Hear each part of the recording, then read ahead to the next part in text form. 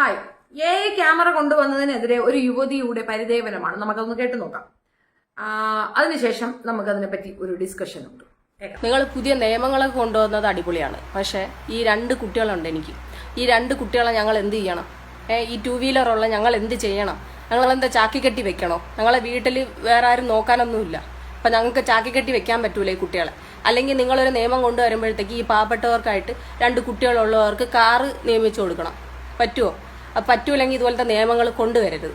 കാര്യം എന്ന് വെച്ചാൽ ഞങ്ങൾ ഈ ഡെയിലി പണിക്ക് പോകുന്ന ആൾക്കാരാണ്. ഇതിനാരെ ഏൽപ്പിക്കാൻ പറ്റൂല. ഞങ്ങളെ കൂടെ തന്നെ കൊണ്ടുപോകണം. ഡെയിലി കുട്ടികളെയും കൊണ്ട് ജോലിക്ക് പോകുന്നവർക്ക് ഈ കഷ്ടപ്പാട് മനസ്സിലാവും. അതുകൊണ്ട് ഈ നിയമം എടുത്ത് മാറ്റാൻ വേണ്ടിയിട്ട് കർശനമായിട്ട് നിങ്ങളൊരു വീഡിയോ എന്തെങ്കിലും ചെയ്യുക, എന്തെങ്കിലും ഒന്ന് സപ്പോർട്ട് ചെയ്യുക.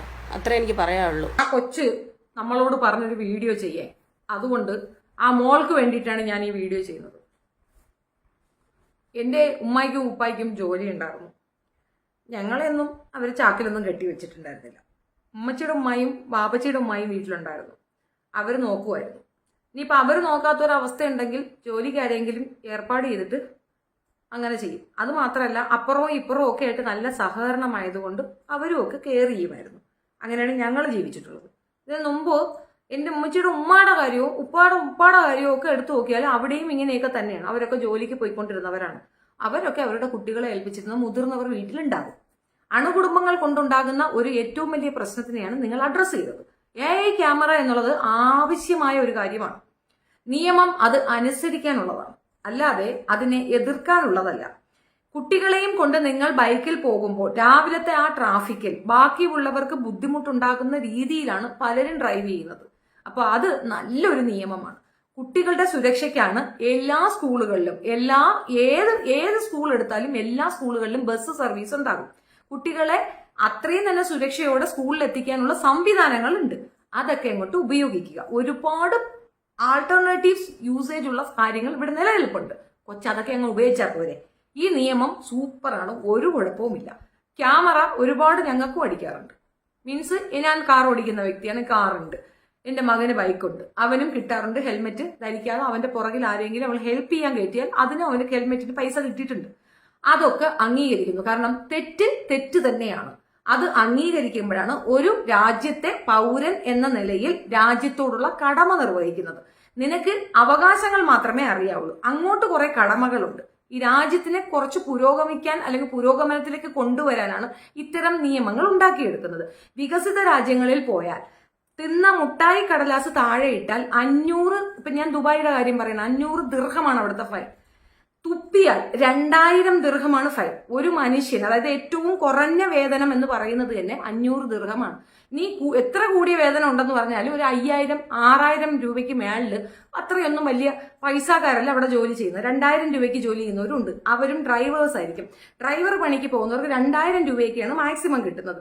അതിൽ ഇങ്ങനെ ഒരു 5 ഫൈൻ വന്നാൽ അവൻ കടം കൂടെ വാങ്ങിച്ച് ഫൈൻ അടയ്ക്കണം. അതിന്റെ ആഫ്റ്റർ എഫക്ട് എന്താണെന്ന് പറഞ്ഞാൽ അവനെ കഴുത്ത് വെട്ടിയാലും അവൻ നിയമത്തിനെ എതിർക്കില്ല, നിയമലംഘനം നടത്തത്തില്ല. ചില കാര്യങ്ങൾ നിശ്ചയമായും വരേണ്ടതുണ്ട്. ഇവിടെ റോഡിൽ കൂടെ റൈറ്റിൽ കൂടെ വണ്ടി ഓടിക്കുന്ന ഒരു ക്രേസിനെസ് ആണ്. സ്പീഡിൽ ഓടിക്കുന്നത് വേറൊരു ഭ്രാന്താണ്. പല കോലങ്ങളും പല പ്രാന്തും നമ്മൾ കാണുന്നുണ്ട്.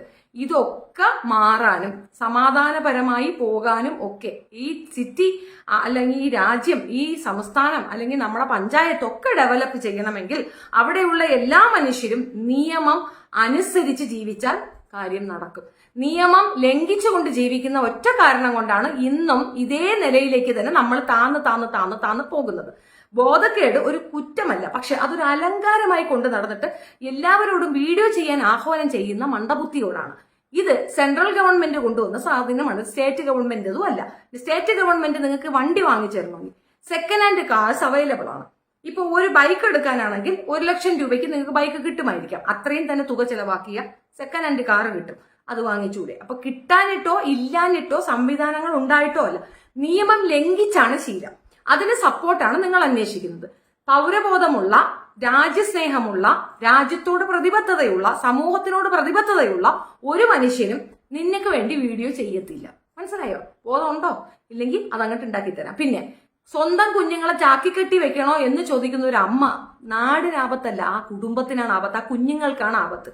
നിന്റെ കുട്ടികളെ നീ ചാക്കി കെട്ടി വെക്കുകയോ വേറെ എന്തെങ്കിലും ഒക്കെ ചെയ്യുകയോ ചെയ്യോ, പക്ഷെ അവർ രാജ്യത്തെ പൗരന്മാരാണ്, അവർക്കും അവകാശമുണ്ട്. ഈ തോന്നിവാസം പറഞ്ഞാൽ നിന്റെ പേർക്ക് പോക്സോ കേസ് എടുക്കും ഞങ്ങൾ. മനസ്സിലായ? നീ ചാക്കിലൊന്നും കെട്ടി വെച്ച് ചുമ്മാ ഷോ കാണിക്കാൻ നിൽക്കില്ലേ. അതൊക്കെ പിന്നെ ഇവിടെ കണ്ടന്റ് ക്രിയേറ്റേഴ്സ് പല കോലങ്ങളും കാണിക്കും. ഇതൊക്കെ കണ്ട് എന്തരോ കുന്തരോ എന്ന് പറഞ്ഞിട്ടായിരിക്കും നീ വീഡിയോ ചെയ്തിട്ടുണ്ടാവുക. പെണ്ണെ, അത്യാവശ്യം വരുന്ന നിയമങ്ങൾ അനുസരിച്ച് ജീവിക്കുന്നവർക്ക് സ്വസ്ഥമായി ജീവിക്കാം. കുറച്ചധികം എക്സ്പ്ലനേഷൻ വേണമെങ്കിൽ ഞാൻ കുറച്ചുകൂടെ പറഞ്ഞുതരാം. ഈ രാജ്യത്ത് ഏറ്റവും ആദ്യം പറയുന്നത് മൗലികാവകാശങ്ങളാണ്. അത് കൃത്യമായി പാലിക്കുന്ന രീതിയിൽ പൗരന് കൊടുക്കുന്ന അവകാശങ്ങൾ ആ രീതിയിൽ അവരെ സംരക്ഷിക്കുന്നുണ്ടെങ്കിൽ സ്വസ്ഥമായി ജീവിക്കാൻ കഴിയുന്ന ഒരു സാമൂഹിക വ്യവസ്ഥ നമുക്കുണ്ട്. പക്ഷെ അത് അംഗീകരിക്കാത്തത് പല മനുഷ്യരും പല പോലത്തെ ചിന്തിക്കുന്നുണ്ട്. ഒരു എക്സാമ്പിൾ ആയിട്ട് പറയാൻ സ്ത്രീധനം എന്ന് പറയാം. സ്ത്രീധനം വാങ്ങുന്നതും കൊടുക്കുന്നതും ശിക്ഷാർഹമാണ്. പക്ഷേ നിങ്ങൾ നിയമത്തിനെ അങ്ങ് തെറ്റിച്ചേ അടങ്ങുള്ളൂ, മോക്ക് ഗിഫ്റ്റ് എന്ന് പറഞ്ഞിട്ട് അങ്ങോട്ട് തള്ളി കൊടുക്കുന്നത് കൊണ്ടാണ് ഈ കൊച്ചിന് കുട്ടിയത് പോരാതെ തന്നെ കൊച്ചിനെ എടുത്ത് കിണറ്റിലിടുന്നതും തീ വെച്ച് കൊല്ലുന്നതും ഒക്കെ അവിടെ കൊണ്ടുപോയിട്ട് കുത്തി കൊടുക്കുന്നതും അതുകൊണ്ടാണ്. ആ രീതിയിലുള്ള ബോധക്കേടുകൾ വരുന്നത് ആ നിയമലംഘനം നിന്റെ വീട്ടുകാർ ചെയ്യുന്നത് കൊണ്ടാണ്. അവരും ആ നിയമലംഘനം ചെയ്യുമ്പോൾ അതിനെ എതിർക്കാൻ നിന്റെ വീട്ടുകാർക്ക് സാധിക്കാത്തത് കൊണ്ടാണ്. നിയമം കറക്റ്റായിട്ട് നടപ്പിലാക്കിയിരുന്നെങ്കിൽ ഒരു പൈസയും കൊടുക്കേണ്ട, ഈസി ആയിട്ട് നിന്നെ കെട്ടിക്കൊണ്ട് പോകും, അന്തസ്സായിട്ട് നീ ജീവിക്കുകയും ചെയ്യും.